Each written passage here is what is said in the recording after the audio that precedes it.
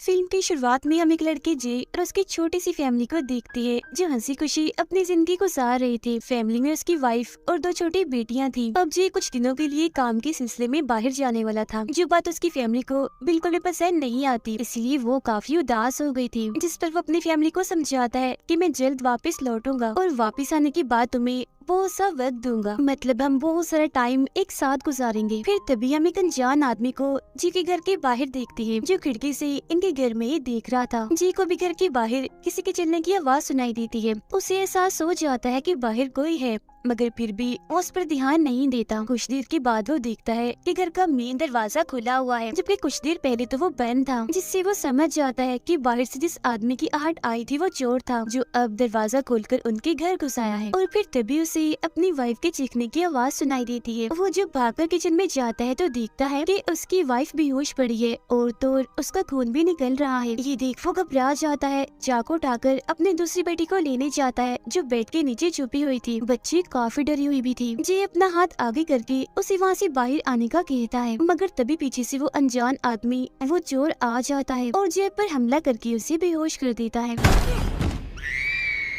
अगले सीन में जे को जब होश आती है तो उसका चेहरा एक कपड़े से ढका हुआ था, जिसे हटाकर वो देखता है कि अब वो अपने घर में नहीं बल्कि एक काफी बड़ी बेसमेंट में आ गया है। उसका एक हाथ हथकड़ी से बंधा हुआ था, जिसका मतलब था कि वो अनजान आदमी उसे किडनैप यानी अगवा करके यहाँ ले आया है। मगर वो यहाँ अकेला नहीं था, बल्कि उसके जैसे और भी 3 लोग यहाँ फंसे हुए थे। उन्हें भी यहाँ पर बांध के रखा हुआ था, जिनमें एक लड़की थी, एक सिक्योरिटी गार्ड और एक ऐसा आदमी जो बेहद ही जख्मी था। चारों ही एक दूसरे को नहीं जानते। बात करें उस जख्मी आदमी की तो किडनैपर इन्हें जो अगवा करके उन्हें यहाँ लाया था, उसने इस आदमी को काफी टॉर्चर किया था, यानी उस पर काफी जुल्म किया था। उसने इसके पूरे जिस्म की खाल निकाल दी थी और साथ ही उसका मुँह भी सी दिया था, जो इस बात की तरफ इशारा कर रहा था कि किडनैपर ने उसका मुंह बंद करने की कोशिश की, क्योंकि हो सकता है ये उसे पहचान गया हो। तो वो नहीं चाहता था कि वो किडनैपर के बारे में किसी को बता सके कि आखिर वो कौन है।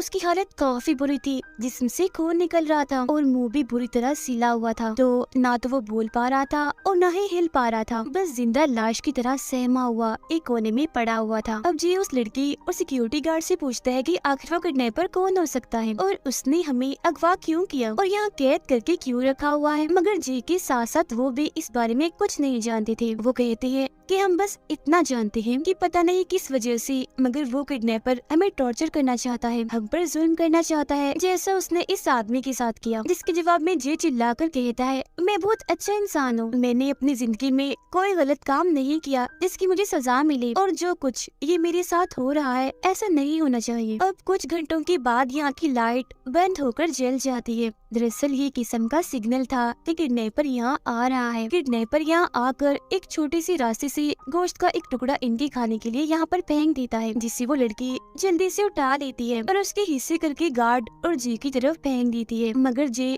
गोश्त का ये टुकड़ा खाने से मना कर देता है, कहता है मैं गोश्त नहीं खाता क्योंकि मैं वेजिटेरियन हूँ, सिर्फ सब्जियाँ ही खाता हूँ। जिस सुन वो दोनों उससे कहते हैं कि जो भी है, मगर अब मैं यहाँ खाने के लिए सिर्फ यही मिलने वाला है। That ain't cooked. और क्योंकि वो जख्मी आदमी कुछ खा नहीं सकता तो किडनैपर उसे जिंदा रखने के लिए इंजेक्शन देता है। अब जी अपना दिमाग लड़ाने लगता है, क्योंकि वो कैसे भी करके इस जगह से भागना चाहता था। मगर वो लड़की और सिक्योरिटी गार्ड तो वहाँ चुपचाप पड़े रहते हैं। वो यहाँ से भागने की कोशिश नहीं करते, क्योंकि पहले वो काफी बार यहाँ से निकलने की नाकाम कोशिशें कर चुके हैं, इसीलिए हिम्मत हार के बेबस पड़े हैं। जी अपने हाथों से दीवार को कुरेदने लगता है, मगर इस बीच उसकी एक उंगली का नाखून निकल जाता है, जिससे उसे बहुत तकलीफ होती है। और अब उसे समझ आ गई थी कि यहाँ से निकलने का बस एक ही रास्ता है और वो है मेन दरवाजा। मगर इसके अलावा वो वहाँ की जमीन भी खोदने की कोशिश करता है, जिसमें से उसे एक हड्डी और एक इंसानी खोपड़ी मिलती है। फिर वो देखता है कि यहाँ एक कैमरा भी लगा हुआ है, जिसका मतलब था कि किडनैपर इन्हें यहाँ तकलीफ में देखकर एंजॉय कर रहा होगा, उसे काफी मजा आ रहा होगा। इसीलिए जे कैमरा की तरफ देखकर किडनैपर को गालियाँ देने लगता है और काफी बुरा भला भी कहता है। गार्ड उसे काफी मना करने की कोशिश करता है, क्योंकि अगर किडनैपर को गुस्सा आ गया तो उनके लिए बिल्कुल भी अच्छा नहीं होगा। वो किसी को भी नहीं छोड़ेगा और जुल्म करने के बाद बड़ी बेरहमी से इन्हें मार देगा। मगर जे उसकी एक नहीं सुनता और लगातार किडनैपर को बुरा भला कहता ही रहता है, जिससे आखिरकार उस किडनैपर को गुस्सा चढ़ ही जाता है। उसका दिमाग खराब हो गया था, इसीलिए वो फौरन अपने कमरे से उठकर यहाँ आने लगता है। इस किडनैपर का नाम डोमिनिक था। अब जे सोच रहा था कि जब वो किडनैपर इन्हें डोमिनिक यहाँ आएगा तो मैं उसे पीट कर यहाँ से भाग जाऊंगा। मगर जब वो डोमिनिक को देखता है तो उसकी तो हालत ही खराब हो जाती है, जैसे उसकी बोलती बंद हो गई हो, क्योंकि वो काफी मजबूत और ताकतवर आदमी था। साथ ही उसने अपना चेहरा छुपाने के लिए एक चमड़े का मास्क भी पहन रखा था, जो दिखने से किसी के खाल लग रही थी।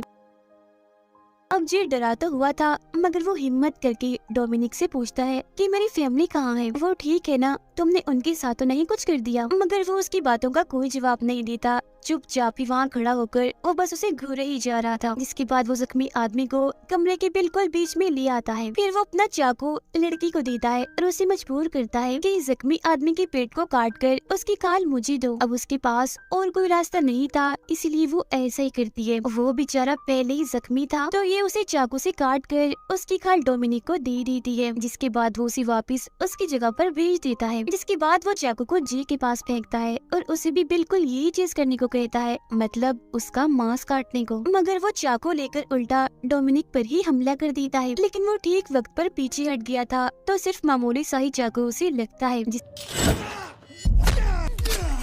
इसका मतलब था कि जे अपने इस हमले में नाकामयाब हो गया था और अब उसकी खैर नहीं थी। डोमिनिक फिर अपनी कोहनी से उस पर हमला कर देता है। अब जे की इस हरकत पर वो उस लड़की को सजा देने वाला था, इसीलिए वो खुद उस लड़की का मुंह पकड़ता है और गार्ड को बुलाकर उसके मुंह में एक पाइप डालने को कहता है। फिर पाइप के जरिए उसके मुंह में जिंदा कीड़ा जिस पर ब्लेड लगी हुई थी डालकर उसका मुंह बंद कर देता है। वो कीड़ा लड़की के गले में अटक गया था, जिससे उसे काफी तकलीफ हो रही थी और सांस लेने में भी मसला हो रहा था। मगर फिर कुछ देर के बाद उसके मुंह से खून निकलने लगता है, जिसमें वो कीड़ा भी बाहर आ गया था। जी उस कीड़े को कुचल कर ब्लेड अपने पास रख लेता है और फिर उससे अपनी रस्सी को काटने की कोशिश करता है। गार्ड उसे अभी भी मना करने की कोशिश करता है कि वो ऐसा ना करे, वरना अगली बार उन्हें और भी बदतर सजा मिलेगी। मगर जे उसकी एक नहीं सुनता और अपने हाथ की रस्सी को वो पूरा ही काट लेता है। फिर जब डोमिनिक इधर आता है तो जे उसे धक्का देकर इस कमरे से बाहर निकल जाता है। लेकिन बदकिस्मती से इस घर से बाहर जाने के सारे दरवाजे मजबूती से बंद की हुई थी, इसीलिए वो यहाँ से तो भाग नहीं पाएगा। फिर वो एक एसी वेंट में चढ़कर रेंगने लगता है। वो जगह काफी तंग और छोटी थी, तो उसकी वजन से वो टूट जाती है और जे सीधा जाके नीचे गिरता है और फौरन ही बेहोश हो गया था।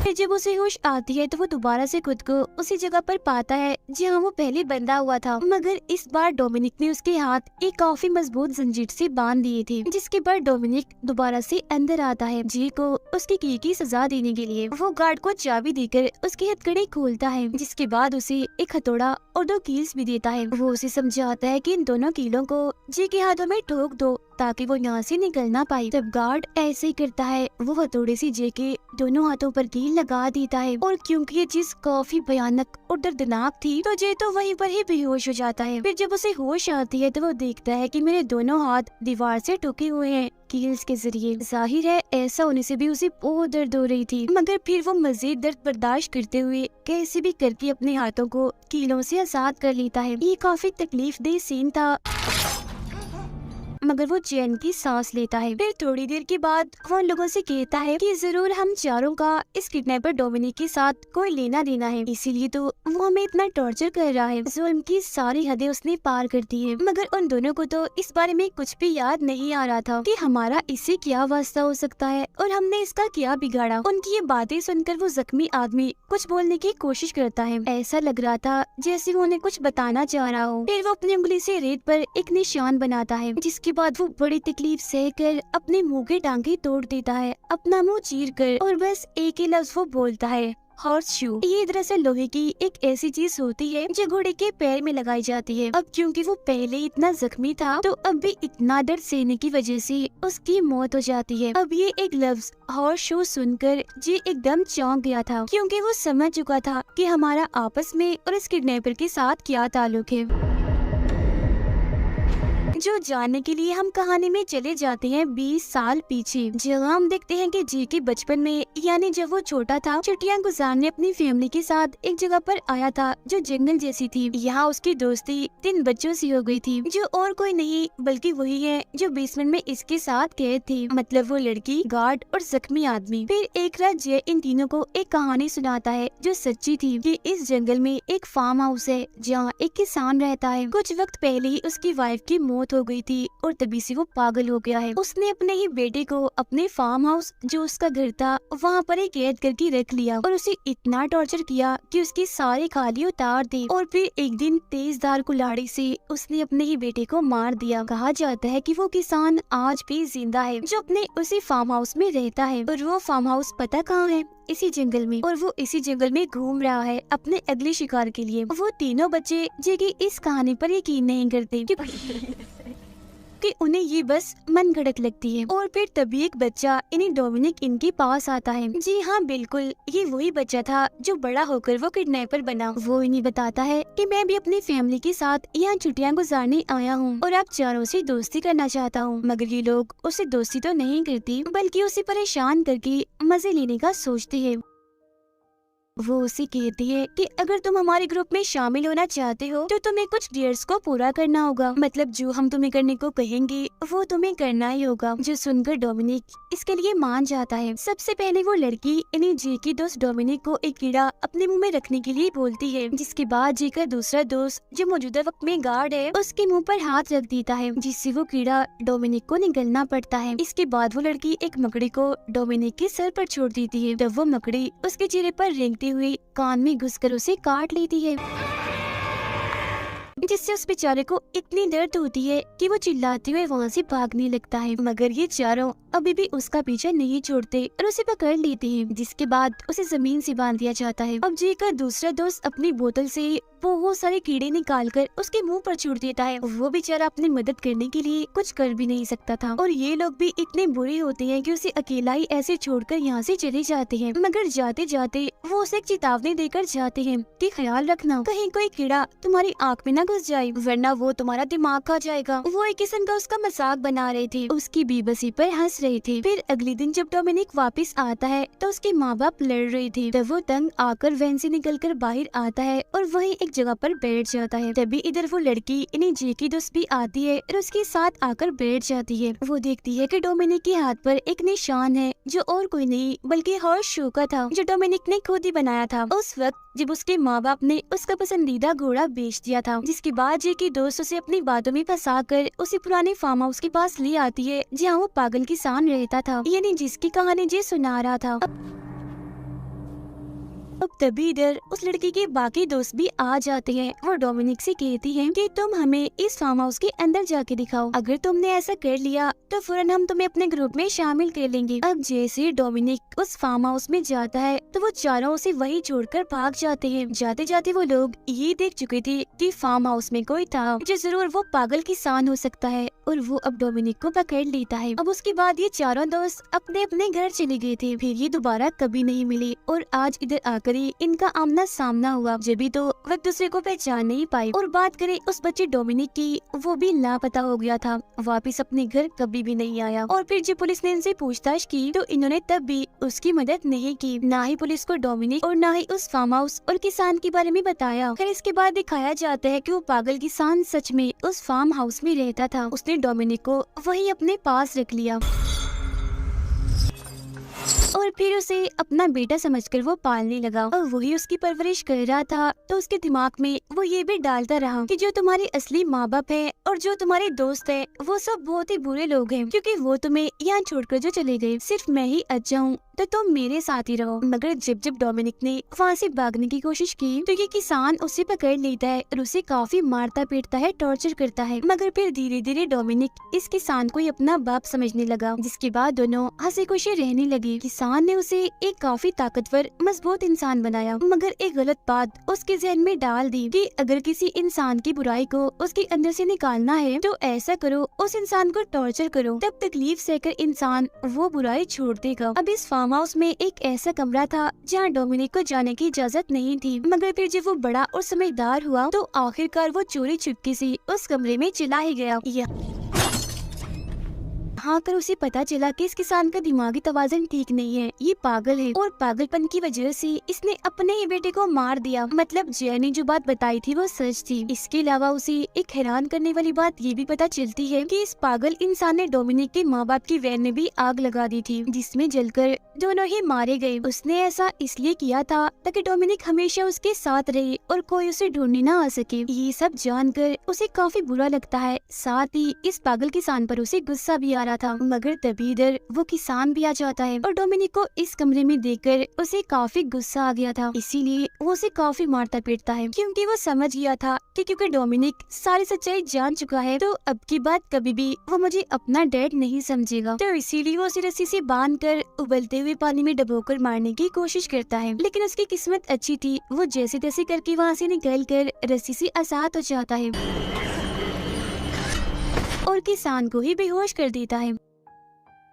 फिर वो उसे ही रस्सी से बांधकर उबलते हुए पानी में डाल देता है, जिससे उसका पूरा जिस्म झुलस जाता है, मतलब कि जल गया था और वो बहुत ही बदसूरत दिखने लगता है। अब उसे इतनी तकलीफ होती है कि मौके पर ही उसकी मौत हो जाती है, जिसके बाद डोमिनिक उसकी ही खाल का मास्क बनाकर पहन लेता है, जो आज तक वो पहनकर फिरता है। और अब उसकी जिंदगी का बस एक ही मकसद था, उन चोरों से अपना बदला लेना, बिल्कुल वैसे ही जैसे उन लोगों ने इसके साथ किया था। इसी वजह से वो इन्हें अगवा करके यहाँ लाया और अब अपना बदला लेने के लिए, अपना गुस्सा और भड़ास निकालने के लिए वो इन्हें टॉर्चर कर रहा है ताकि वो इन्हें इनके किए की सजा दे सके। अब मौजूदा वक्त में जे अपने दोनों दोस्तों से कहता है कि हमें डोमिनिक से अपने किए की माफी मांग लेनी चाहिए, क्या पता वो हमें माफ कर दे और यहाँ से जाने दे। मगर उन दोनों को तो इस प्लान से कोई भी उम्मीद दिखाई नहीं दे रही थी, जिसके बाद जे जोर जोर से डोमिनिक का नाम चिल्लाने लगता है, मगर डोमिनिक अंदर आकर उसकी कोई बात नहीं सुनता, बल्कि उसका मुँह पकड़कर उसे चुप रहने का कहता है। जिसके बाद वो उसे एक इंजेक्शन देता है, इसमें मकड़ी के अंडे भरे हुए थे। वो फिर जे की दोस्त यानी उस लड़की को पकड़ लेता है, क्योंकि वो चाहता था कि ये इंजेक्शन जे अपने दोस्त के कान में लगा दे। ये देखकर वो लोग समझ जाते हैं कि डोमिनिक हमें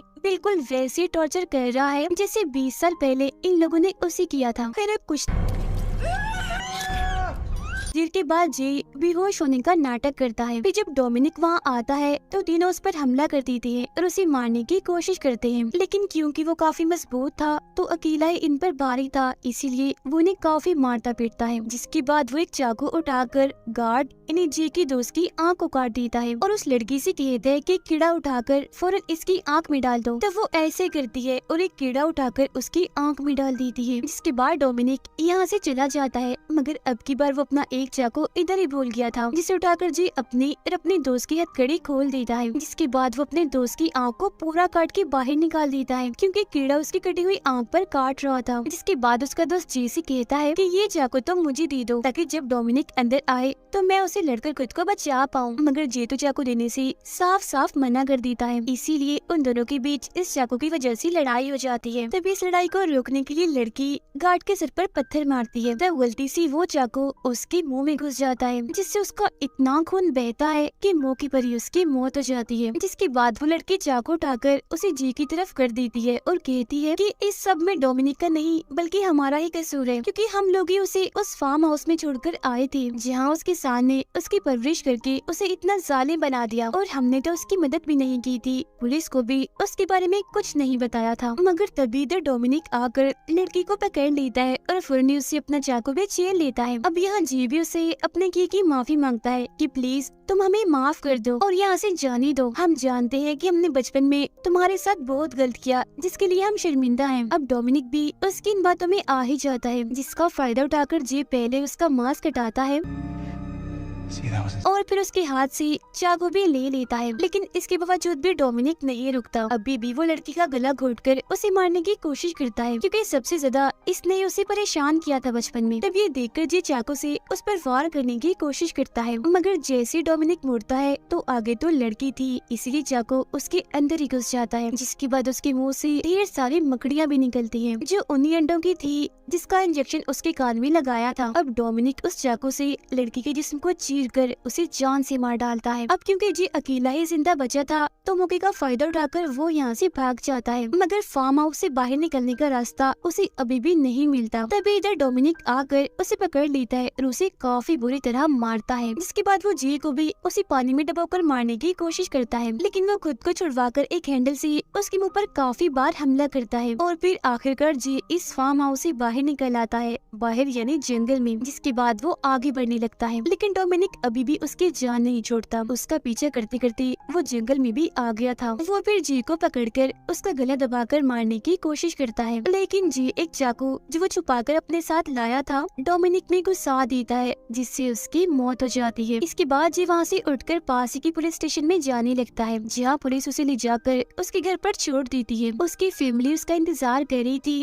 और वो उनसे मिलकर काफी खुश हो जाता है। इसके बाद कहानी 10 साल आगे जाती है, जहाँ जी की दोनों बेटियां बड़ी हो गई थी और अपने अपने दोस्तों के साथ उसी जंगल में छुट्टियां मनाने आई थी। इनकी बातों से हमें पता चलता है कि पुलिस को डोमिनिक की लाश नहीं मिली थी, जिसका मतलब ये था कि वो अभी भी जिंदा हो सकता है। अभी डोमिनिक का नाम लेना ही था कि तभी अचानक पीछे से आकर वो इन पर हमला कर देता है, जिससे ये बात कंफर्म हो जाती है कि वो मरा नहीं था बल्कि वो जिंदा था। उसने मास्क भी पहना हुआ था और अब वो पहले से भी ज्यादा ताकतवर था और अब न जाने वो कितने और लोगों को मौत की घाट उतारेगा। वो सिर्फ उन्हीं लोगों को मारेगा जिन्होंने कभी उसके साथ गलत किया या जो अच्छे नहीं होते। और इसी के साथ ये फिल्म इधर ही खत्म हो जाती है।